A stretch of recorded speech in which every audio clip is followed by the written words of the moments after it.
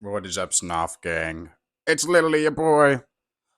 As you can see, I got this thing to hang my camera up again. So, gonna be back to posting videos.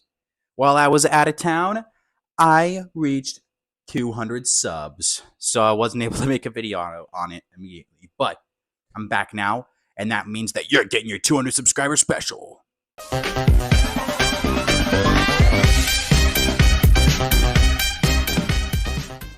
And this is that. This is the 200 subscriber special. For my 200 subscriber special, I figured that I would let you guys know me a little bit more.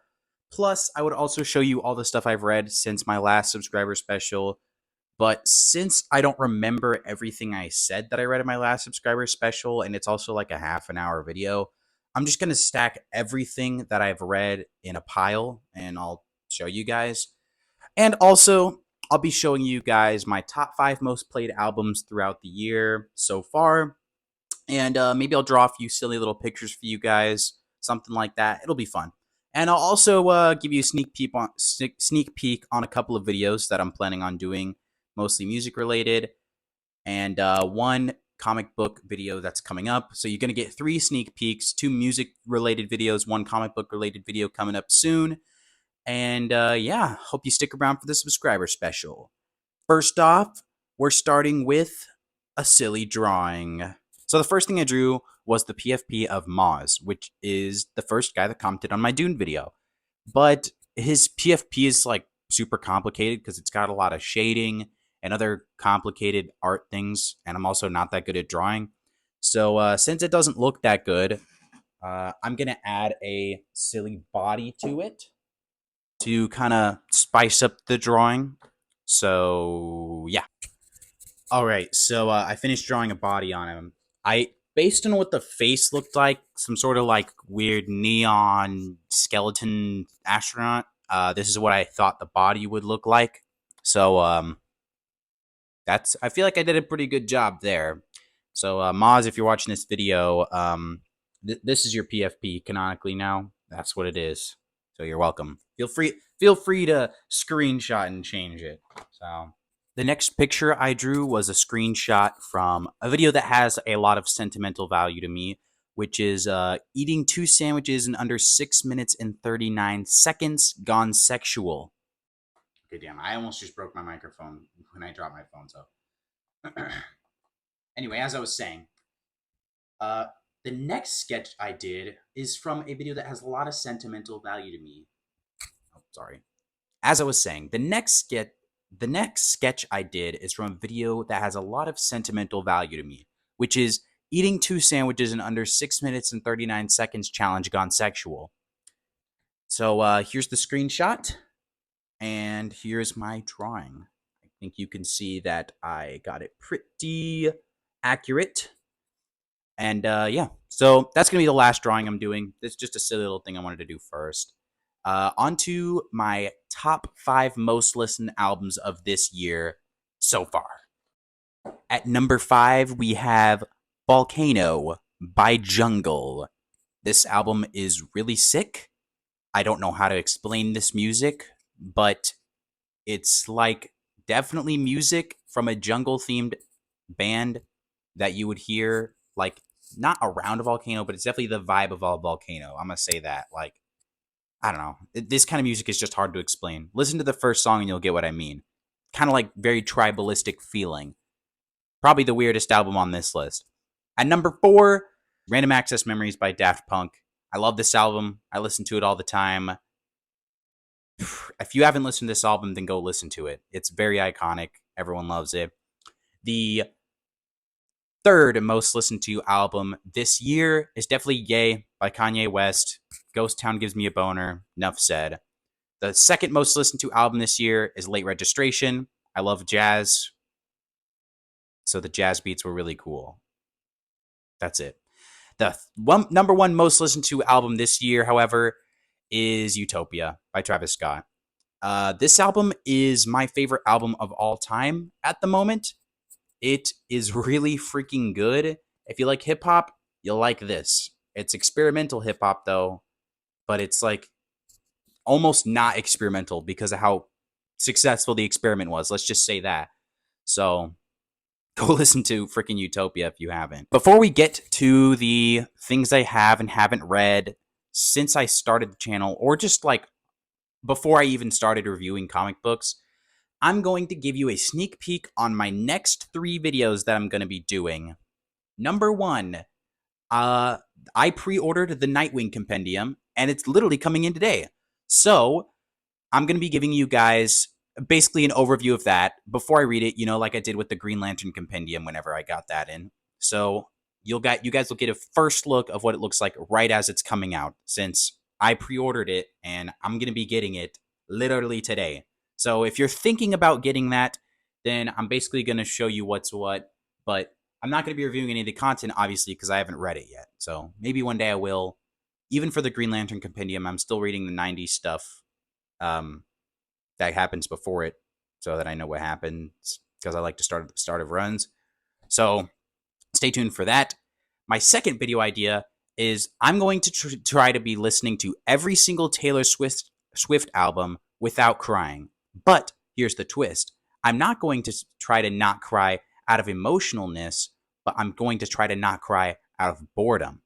Now, I have barely listened to any of Taylor Swift's music, but one day me and Austin, he's my older brother, were curious as to why she's so successful. So we listened to her number 1 song on Spotify, which is Cruel Summer, or at least it was at the time. And I was bored out of my mind in the first 30 seconds that we couldn't even finish it. So this is going to be a bit of an endurance challenge for me. Sort of like a old school Mr. Beast type thing. So I guess stay tuned for that. And my third, and probably the video that you guys will like the most, if you guys are music fans, is I'm going to be reviewing 4 unreleased Kanye West albums, because my brother found 4 unreleased Kanye West albums on vinyl, and they're going to be coming in soon. Once we listen to them, we're going to be reviewing them. And I might even be able to show some of the songs in the video because they're unreleased, so I don't think they're copyrighted. Anyway, on to the next section of the video. All right, for this section of the video, real last section before I get to the comic book and book stuff. Sorry for blue balling you, but I want to share who I, as a YouTuber, watch on YouTube. So these are a list of my favorite YouTubers. I love Mr. Beast. I only started watching him recently. I used to think his videos were really lame, but the production and like the sets are really awesome, so I got into him recently. Danny Gonzalez, one of my favorite commentary channels. He does a lot of funny edits, and Danny is also very creative in the way that he, captivates his audience attention. For videos where he disguises himself and tries to trick his audience, it really forces his audience to pay attention and rewatch his stuff over and over again. And I think that's really smart of him to do. Next, we have Drew Gooden. He's basically like Danny Gonzalez, but if he put less effort into his videos. No offense, Drew Gooden, but Danny has a lot more skits and edits in his videos, and he also puts a lot of money into them. But I still really like your videos too. If by some stroke of fate you end up watching this video, it's not dissing you, but you're also one of my favorites. Another one of my favorite YouTubers is Think Before You Sleep. I watched him years before he was in that Illymation drama. So, yeah, he's actually a really cool YouTuber. Something I really like about him is his integrity. Every single time he talks about something that he doesn't like about another creator, he always also gives them credit for things that they do, right, or things that, he agrees with, as to not create a hate mob in his audience, and also to be fair to them, which is something that has actually helped me improve as a person, because now I have that standard with every person that I interact with. I try to find things that we agree with, things I like about that person, so as to not demonize them in my head, because that just creates way too much division. So thank you, Think Before You Sleep, for giving me that value that I didn't previously have. I majorly appreciate it. He makes commentary vids just like Danny and Drew, but unless silly topics, it's more like social stuff, politics sometimes, culture, stuff like that. Occasionally, he does make the 1 or 2 odd video about a YouTuber, but it's usually because they made a video about him first. So if that's the kind of stuff you're interested in, then I guess you could go check out his channel, but it's not like you're going to be hearing about him from me. This guy you might be hearing about from me, my fifth favorite YouTuber, is Alex Hexagon. He is sort of like Think Before You Sleep, except he actually tackles real world issues in a way more in-depth and constructive way than Think Before You Sleep does. I Think Before You Sleep helps you with things on a personal level. Then Alex Hexagon helps you to improve stuff on a societal level by starting with yourself. His videos are really well made, but he only has like a few thousand subscribers, which is a huge shame because he puts a lot of production effort into his videos. He does a lot of effort on skits. His videos are very informative. Whenever he talked about the UK caste system, I had no idea it was like that. And after reading 1984, it totally made sense why George Orwell wrote that, because he was from Great Britain, if you didn't know that. So go check out Alex Hexagon. If you check out nobody else, then check out him, because he is a seriously good YouTuber. All right, onto the comic book section now. Sorry for wasting your time if you didn't care, but those are my shout outs. All right, so since I have so much stuff that it would take up basically the entire floor, and I wouldn't really be able to show you what the actual series is if I took everything off my shelves that I read at once, I'm going to be starting with this bottom shelf. And as you can see, it's actually, if I got it in frame, as you can see, it's completely empty because I've read everything on it. So for every series, I'm just going to cut to one quick one-sentence synopsis of the plot and my general thoughts about it just real quick so I can get through everything way faster and the video doesn't end up being a half an hour long like last time. So let's get started. Oh yeah, one more thing. I'm going to be skipping super popular series that everyone knows, like Dragon Ball, One Punch Man, stuff like that. I'm just going to be doing reviews of smaller stuff that you guys probably may or may not have heard about because it's not super mainstream. Read that? Kung Fu Yakuza Underground, basically, is what this is. It's really good. Everyone knows what this is. It's really good. Also, the manga has a slightly different ending than the anime, so you should still read it. The best gambling manga out there, Kakegurui, is for scrubs. These are all the books that I've read off of the shelf in this room, but keep in mind, this is just the shelf in this room. I have books in other rooms. Most of these are just inspirational books, A Simple Guide to the Stock Market, and of course 1984. If you want to know my thoughts on that, you could just watch my review on it. Probably my favorite manga series of all time. Parasites invade the earth and take over people's minds, but they look just like humans. Except one guy got one in his hand, and they have to work together to not get killed, kind of. Read it, it's really good. Okay, so that was my first shelf. Time to move on to the next one. Basically, the Power Rangers series, if it wasn't cringe. Basically, the Power Rangers series mixed with Justice League, except it is cringe. Random assortment of old Power Ranger comics. Too episodic for me. Not that good, in my opinion. Story about an immortal man, written by Keanu Reeves. So that's pretty cool. It's honestly pretty decent. My very first exposure to Buffy the Vampire Slayer, and it's pretty episodic and a little too goofy for me. Story about invisible monsters that only children can see, and also they kill children. So this is about hunting them. The Story of the Mask, if Stanley Ipkiss died really early on in the story and was also an incel. Episodic Hellboy short stories, and also my first exposure to the Hellboy series. Not a super good first exposure, by the way, because a lot of things that you could pick out that would be better. Basically, early Hellboy life stuff, working with the BPRD, it's sick. An actually good collection of Hellboy short stories. I suggest getting this over the Hellboy Essentials. The story of the BPRD whenever it was first getting started. This also exists in the Hellboy universe, by the way, as you can see by Young Hellboy right there. Superheroes transported to a farm in the middle of nowhere, basically within a pocket dimension that they can't get out of, and the psychological problems that come with that. It's pretty cool. I've only read volume 1, though, so not going to get a super in-depth description from me. A story about a plague. You probably won't like this considering recent events, but it's actually pretty cool. It's like a plague that like makes people insane, so that's what you're into, then I guess it's kind of cool. For me personally, though, it ended a little soon, and the story of like how this mythical plague came to existence wasn't really that well detailed. So honestly, I'd just skip this one. Abe Sapien. The first volume was great. Second volume, kind of mid, to be honest. So, I mean, if you like Abe Sapien, I guess check it out. But I think it kind of fell off.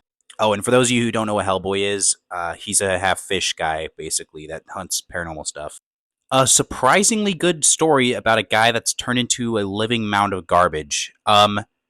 It's pretty underground, I guess. I literally have never heard of anyone else talk about this, but it's actually pretty good. It's a short, conclusive story, and if you like those stories that are like kind of body horror and psychological, like, oh, he just got turned into a garbage man. How is he going to deal with that? Then this is the story for you. It's a good story. I'd suggest checking it out if you haven't.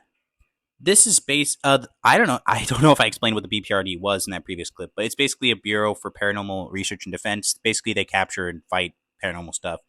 This is cosmic horror-ish story of them fighting a big monster. Basically, if H.P. Lovecraft was not a super wordy writer and he wrote comic books and was also a little more lighthearted and told jokes in his stories, and this is basically what it would be.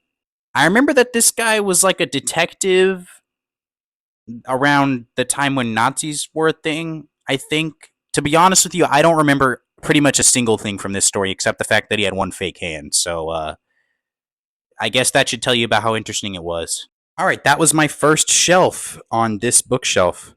So that's everything I read there. We're looking at stuff from this shelf that I've read. As you can see, it's empty, except for those two that I haven't read. So let's go look at them now. We got Injustice. Almost all of you know what this is from the games, but it's basically one of the best alternate universe stories from DC where Superman kind of becomes a tyrant after Lois Lane dies. It's really good. If you haven't read it, you should. Next, we got He-Man Masters of the Multiverse. Honestly, like a decent He-Man story. If you like He-Man, you might like it. Enough said. DC New Frontier. It's kind of just like a DC story about how the Justice League got started, except it's sort of based around this in the 60s. So kind of like Silver Age stuff, but if it actually had modern writing, but was also romanticizing the 60s. Kind of hard to explain. It's a good story, though. I'd give it like a 7. Next, we got Sin City. This is a somewhat episodic, somewhat serialized series about a city that has a bunch of corruption and crime in it, and a couple of few important people and their stories within it. I haven't finished it. I've only read volumes 1 through 3, but so far it's really good. Next, we have The Authority. This is kind of like the Justice League, but I don't know. It's kind of just like a superhero story. Nothing really special about it, but the artwork is really, really freaking good, and the characters are pretty decent. I remember that I really hated one of the characters, but she died at the end of this volume, so thank God. Anyway, it's pretty good. Not much I have to say about this, though. It's been a while since I've read it. Next, we got Power Girl, Power Trip. Honestly, I looked through the first couple pages of this at Barnes & Noble, and I thought it was going to be about her being schizophrenic, but it turns out she was actually just being fucked with by some villain. So, I was kind of disappointed by the rest of the story, because I really love psychological stories, and that's the whole reason I got it, but it was a pretty decent story after that arc. Next, we got Green Lantern's Rage Planet. I'm a big Green Lantern goblin, and this basically has 2 new Green Lanterns after the Jeff Johns run. And honestly, it was a pretty good volume. I want to continue getting the series, but I also have a crap ton of other series I'm collecting, so I'll see. But it's a great story. I'd suggest it. Batman Year One, arguably the most popular Batman comic of all time. It's decent. A bit overrated in my opinion. It's just pretty good. It's alright. Kind of mid. Low key. We got the Sword of Azrael. Now, I am biased because Azrael is one of my favorite comic book characters of all time, but I think it was pretty freaking good. Pretty much all Azrael stories, though, revolve around him struggling with whether or not he's just insane, or whether or not everything, or if he actually is just like a chosen angel from God, or if it was just a programming from a cult that he was born into, or something like that. Pretty much same with this story, but this one has a lot more influence from Batman, so both of these are really good. If you do get this one, though, this is the only volume. You have to collect the rest of it in single issues, so just letting you know right now. But this is a conclusive story, and I highly recommend it. It's good. Next, we have Sweet Tooth: The Return. This one's kind of hard to explain if you haven't read Sweet Tooth, but it's basically just a sequel to Sweet Tooth, basically showing how history repeats itself. And he was saying any more than that would spoil it, so it's good, though. Read it after you read Sweet Tooth, though. Next, we got Watchmen. Everyone knows what Watchmen is. It's amazing. Read it. Doomsday Clock, kind of like a continuation of Watchmen, but it's kind of mid, low key. All right, that's everything on my second shelf. Time to move on to the third one. All right, this last one is the bottom shelf, but I did read everything that's there right now, but there isn't really a lot of room on my floor, so I'm going to be reviewing the Marvel stuff in the next section. First, we have The Mighty, which is basically a evil Superman type story. I know a lot of people are tired of those, but this is a really good rendition of it. Sadly, though, I don't think it really picked up as much. It's kind of left open-ended in order to be continued, but it sadly never was. Wish it was, though. It's pretty good. Next, we got Killer Be Killed. It's about a guy who almost kills himself and then is visited by a demon that tells him to kill someone every month or he will die. It's a pretty good series, but I felt like the ending kind of sucked because, well, you can watch my review on it if you want, because I have a two-parter review. Next, we have God Country. It's about an old guy that gets like a magical sword and fights Zeus or something. I don't really remember. I didn't think it was that good, so I didn't really remember a lot of the details about it. Next, we got Gunslinger Spawn. It's about a really weak Spawn that uses guns to increase his time. If you know it increases like necrometer.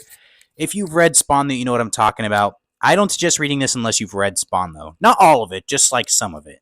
Next, we got Crossover, basically a series that crosses over a bunch of other series. Is basically if comic book characters are real, and they're also being committed like genocide on or something. I read the first volume and I liked it, but not enough to get to buy another one. Next, we got our first one in the Rippaverse, which is a indie comic book company that has made a lot of money with their Kickstarters. This is Alpha Core, basically a government-controlled superhero group that takes out superpowered people that aren't, or that are basically criminals. So that's pretty cool. I thought it was good. I did a review on it in case you're curious. This is a special series because ISOM 1 was my very first comic book review on the channel. And honestly, I don't even really like the ISOM series that much, but I'm always going to be supporting my boy Young Rippa. I mean, I don't know him personally, but I'm always going to be supporting him because I really like the idea of for his comic book company, stuff like that. So, it's about a superhero. It's a basic superhero story. Nothing really particularly unique about it, but I still suggest you go check it out and the company because it's got some pretty cool stuff there. Next up, we have Y the Last Man. Basically, all the men on Earth died of a mysterious virus except this guy and his monkey, even like the male animals and whatnot. This guy's trying to get to his girlfriend that's in Australia because she left for a trip, and basically without being murdered by this extremist group of like women that believe that it was like God that killed all the men or something. A lot of other stuff happens too, but it's pretty good. I like a lot of other stuff by this is the same guy that made Invincible, by the way. He made Walking Dead, he made Invincible, he made this. A lot of the series that he does have very abrupt endings. This one also has abrupt endings. Invincible and Walking Dead also have very abrupt endings. So if you're fine with like not a super good explanation for an ending, it's still good. You still probably like it. Next up, we have Lock and Key. My parents are actually watching the Netflix show of this right now, and it's pretty good. Basically about a magical house that has magical keys that do different mystical stuff, and a mysterious person that was living in the well kind of is evil, and they're trying to steal all the keys. So that's the basic plot. Next, we have The Boys. There's a show on Amazon Prime Video that's really good. The comics are like not very much like the show at all, and also they're a bit too vulgar for me. So I only got volume 1. But a lot of people like the comics more than the show. I personally think the show is a lot better. It has a lot more nuance. This one's basically just like a power fantasy of a guy killing a bunch of superheroes that he doesn't like. Next, we have Bloodshot. This guy his job is basically kind of like Alpha Core. He is just like this weird cybernetic human that goes around killing superpowered people that need to die, basically because they're doing bad stuff. Next, we have The Harbinger. This one is basically a sequel to Harbinger. So unless you've read that, I can't really explain it. Go watch my Harbinger review. Next, we have Stray Dogs.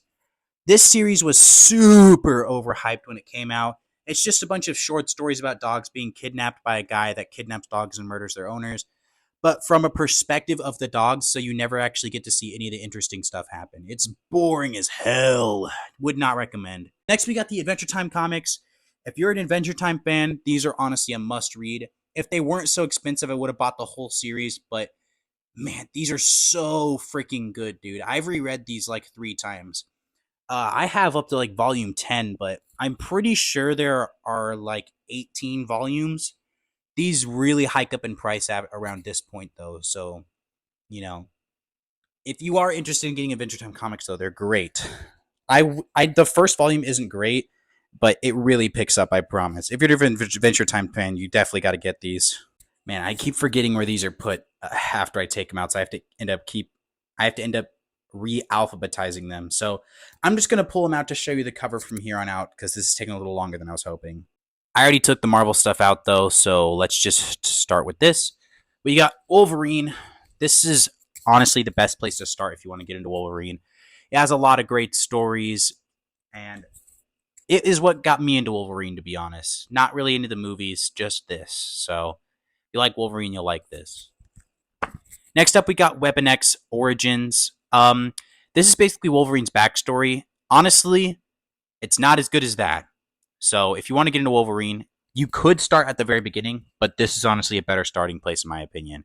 This is a lot of like they're using him as a lab rat stuff. It's pretty good. So I mean, still good to check out. Next, we got Silver Surfer Rebirth. I got this because I got a couple of issues of the series and I never really got to finish it, so I got the trade paperback. It's pretty good. It's a decent Silver Surfer series. It includes Thanos, obviously, because it's Silver Surfer. But I mean, if you don't know what Silver Surfer is in the general gist to him, then he's basically a guy that flies around. He's got cosmic powers. He creates order in the universe, stuff like that. And he also deals with Thanos a lot. So, check it out. So this is the Moon Knight run that's going on right now, and I'm reading it. But I don't read it issue to issue as it comes out because I don't live close to any comic book shops. All of them are at least 20 minutes away. And I don't really like driving far places in order to get to comic book shops. The closest one to me is like a 40-minute drive. It has to be on traffic. So that's why I read them in trade paperbacks. But it's a pretty good series.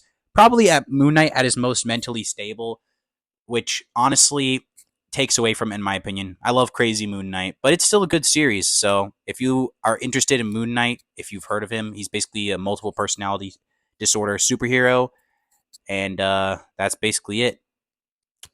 Check it out. It's pretty cool. Right here we have my second favorite Moon Knight run.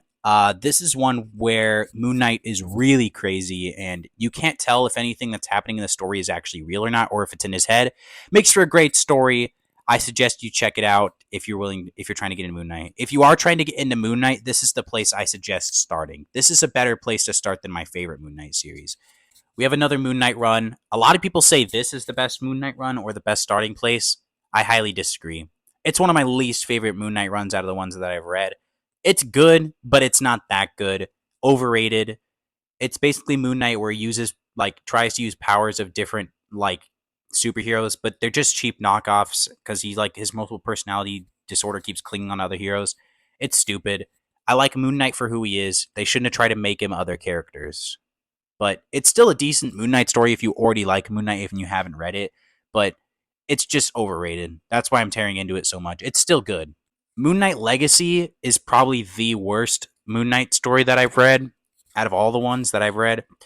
It doesn't really have a very good conclusive ending, and I don't really like Moon Knight in this one. I think a lot of the mental health stuff that they focus on in this story is done pretty badly.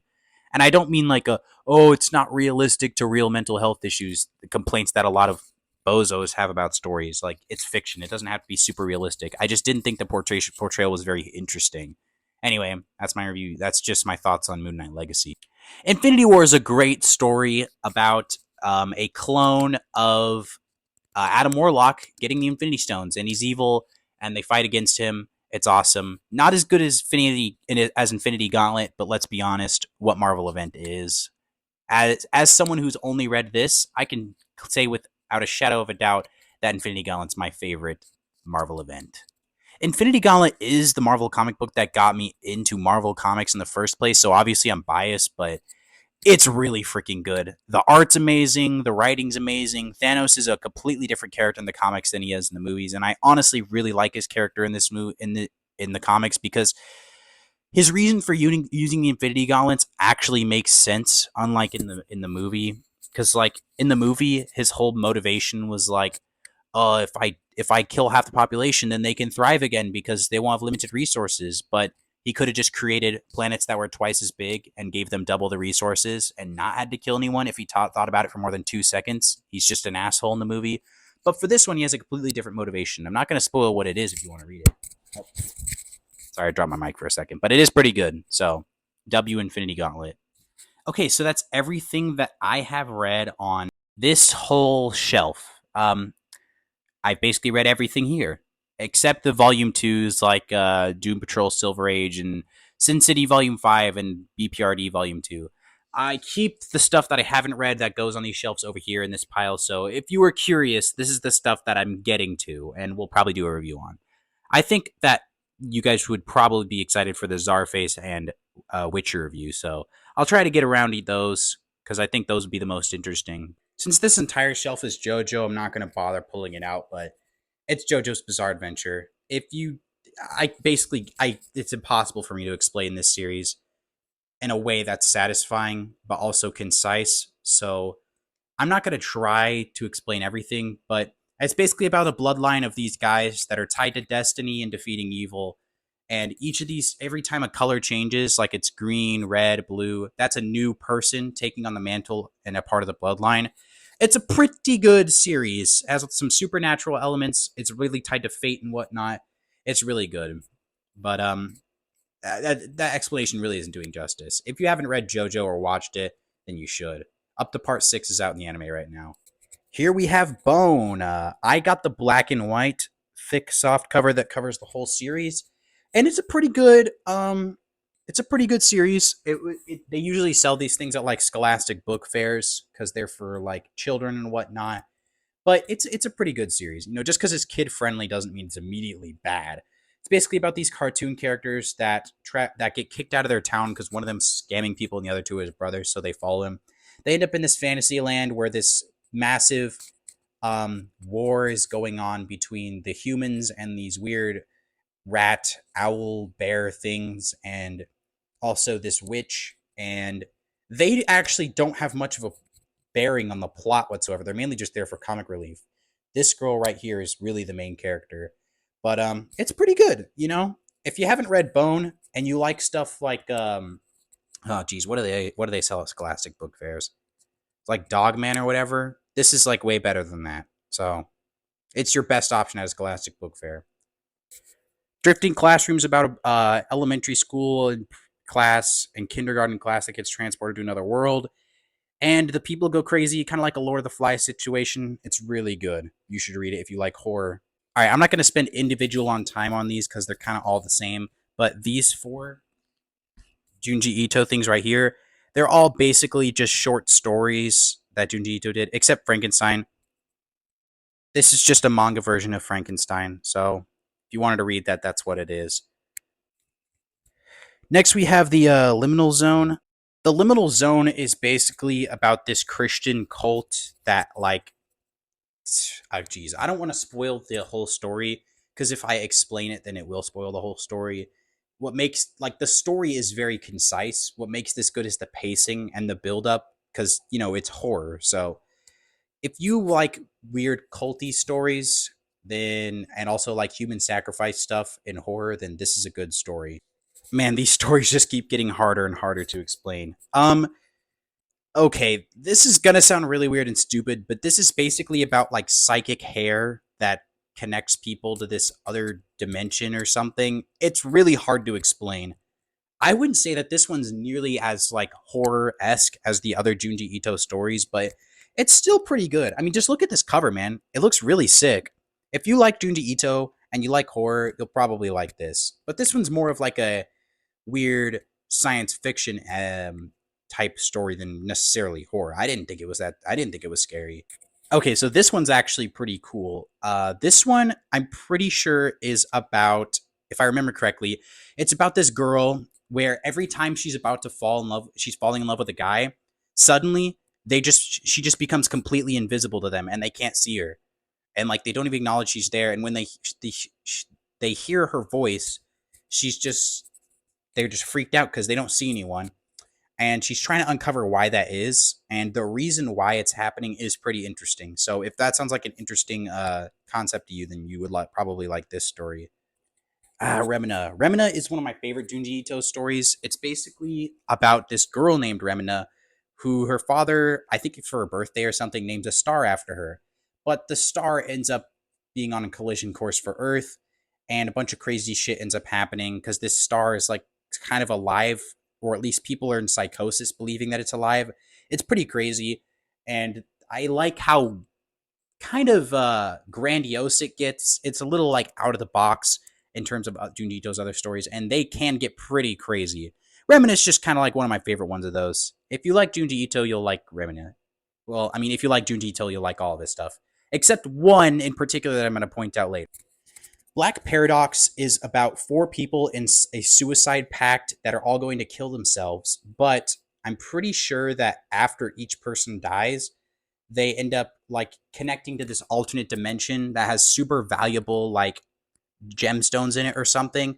But the alternate dimension has a sinister thing about it that they don't know about, and they also like try to harness like harvesting of these materials through like a company or whatnot, and their extravagant wealth ends up making them not want to kill themselves. But a bunch of messed up stuff ends up happening, obviously, because it's horror. This is also another one of my favorite Junji Ito stories. So check it out if you haven't. Okay, so Tomi is technically like a linear story about about Tomi, but you'll understand after I explain it. So basically, Tomi is this girl that is like extremely attractive. Like she has this aura around her that attracts all men to her, but she's not really human. She's kind of like this weird. We don't even really find out what she is, but she's not human. She can like live through being murdered, and also like every time she gets into a relationship with a guy, they all go crazy and kill her for some reason. But every time she dies, she like multiplies. She's like a starfish where if you cut off its limbs and throw it back into the ocean, they grow back. So she's basically like that. And she has this weird like psychic effect on people that make her obsessed with her, and they kill her. And it's basically just a bunch of episodic stories of that happening over and over again. It can get a little bit repetitive, but the imagery each time that it happens is really crazy. It's probably one of my least favorite Junji Ito stories, but I like all of the Junji Ito stories I've read a lot, except one in particular. So this one's still really good. Uzumaki is a really crazy story. It's Junji Ito's most popular story, and I think it's overrated because of that, because it's good, but it's not that good.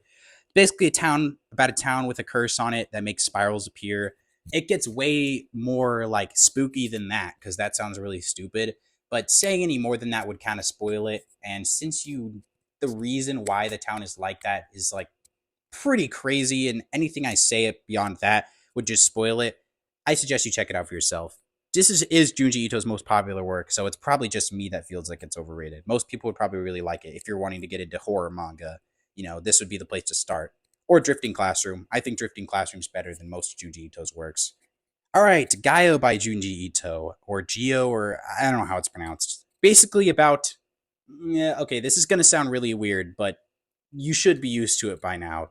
It's about fish that have a experimental type of bacteria in them that they kill the fish, infect them with the bacteria, and it makes them produce a lot of gas. Then they made these legs, these mechanical legs that are powered by the air pressure created from the gas on the fish that make them walk around.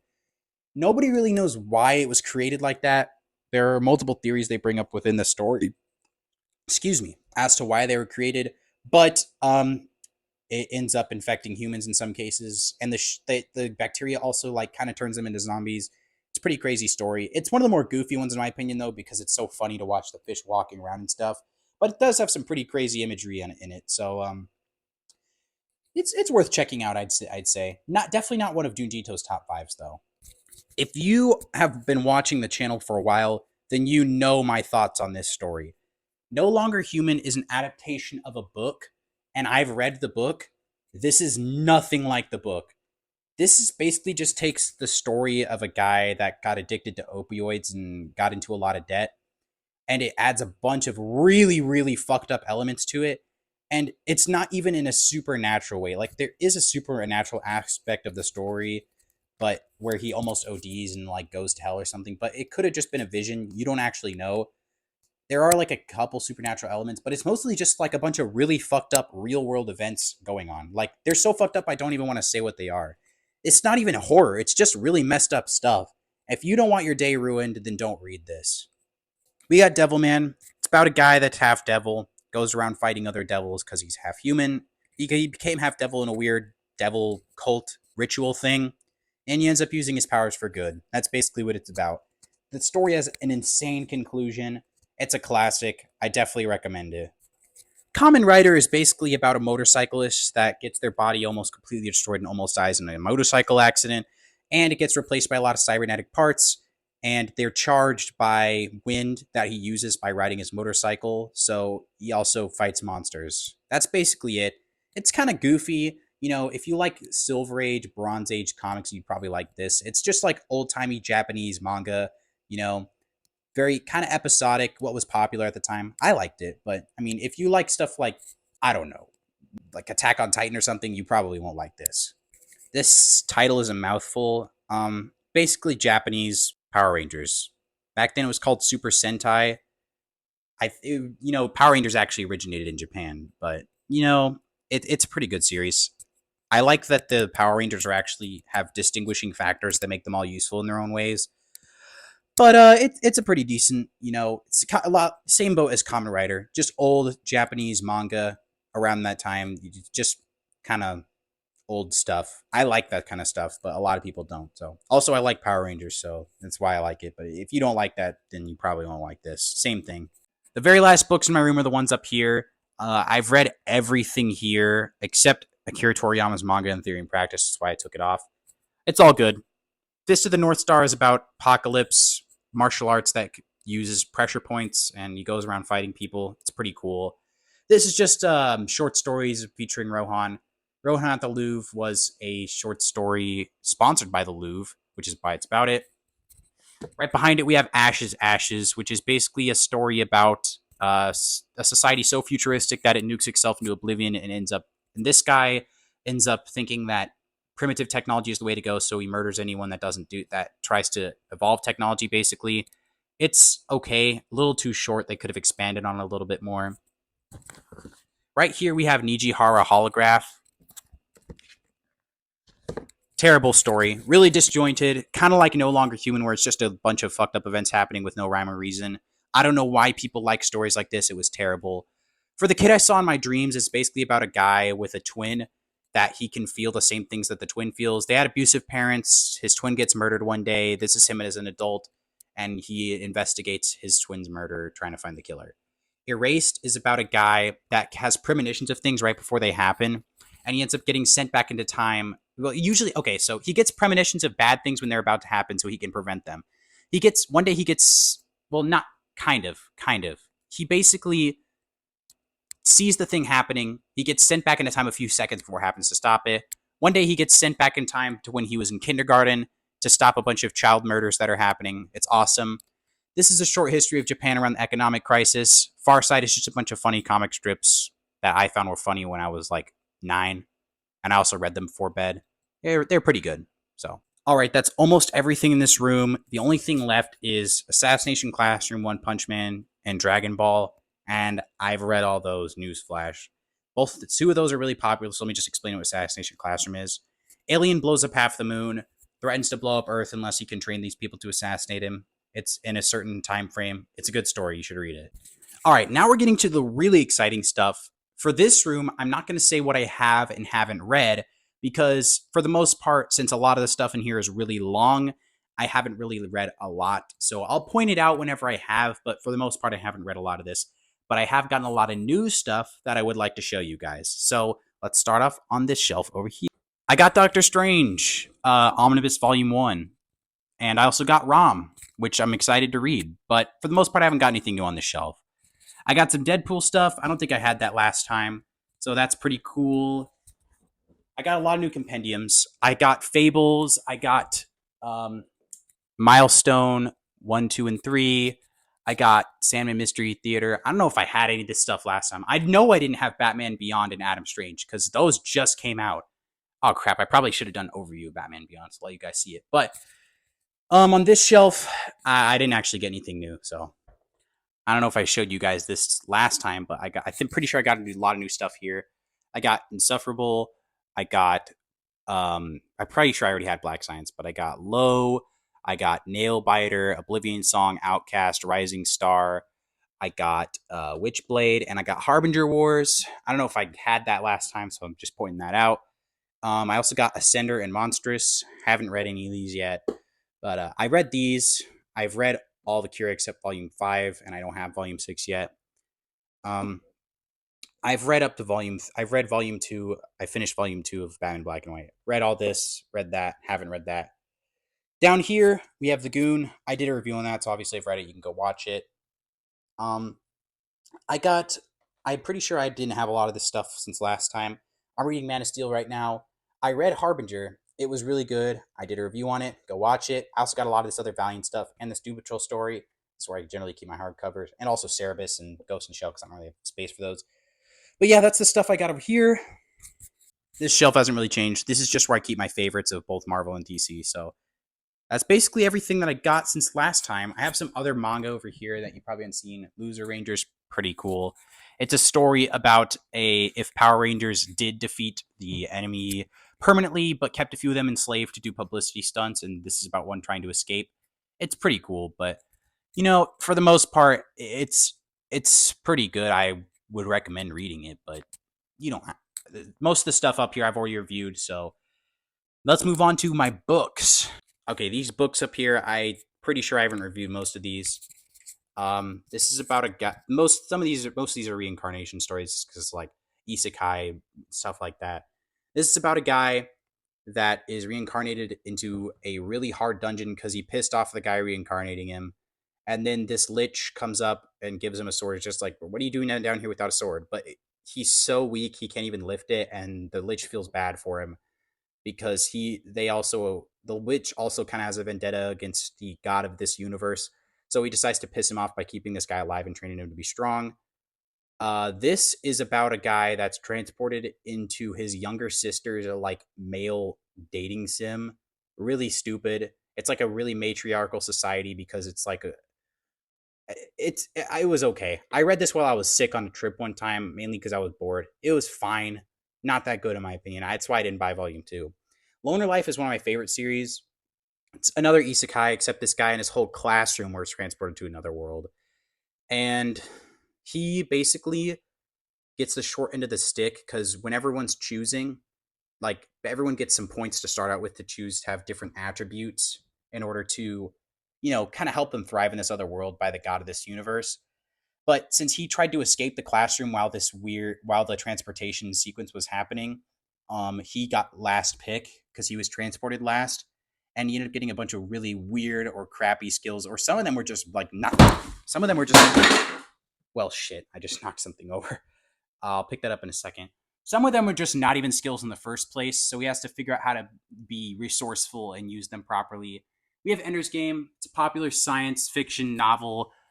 Man, explaining the world of Ender's Game would be a really long time, but it's basically about people fighting bugs, and the main character's name is Ender. That's like the really lame description, though. Okay, I got this stuff back up. The only thing I haven't told you about is this one. Basically, this guy also gets transported to another universe, fantasy world. He lives his whole life. People betray him. He gets a second chance at life back where he started, and he goes and gets revenge on all the people that betrayed him. That's basically it. That's all the stuff up here. I'm not going to review this stuff. No Longer Human, I already told you about. Basic synopsis when I was reviewing the manga thing. So that's basically everything here. Okay, so while I was editing, I noticed that I actually forgot to do one of my shelves. But this is just going to be a very quick looking at it because it's kind of getting a little late and I do need to. I am kind of busy with some other stuff I have to finish today, so I am going to have to cut the special a little bit short on time for this last part. This whole shelf is basically my miscellaneous shelf where I put shit that doesn't fit anywhere else, and there's two things here that I haven't reviewed yet. that I plan not to, and that is Elden Ring, the Elden Ring manga, and The Shadow over Innsmouth. I'm pretty sure I haven't reviewed either of these, and I plan to soon, so I guess stay tuned for that.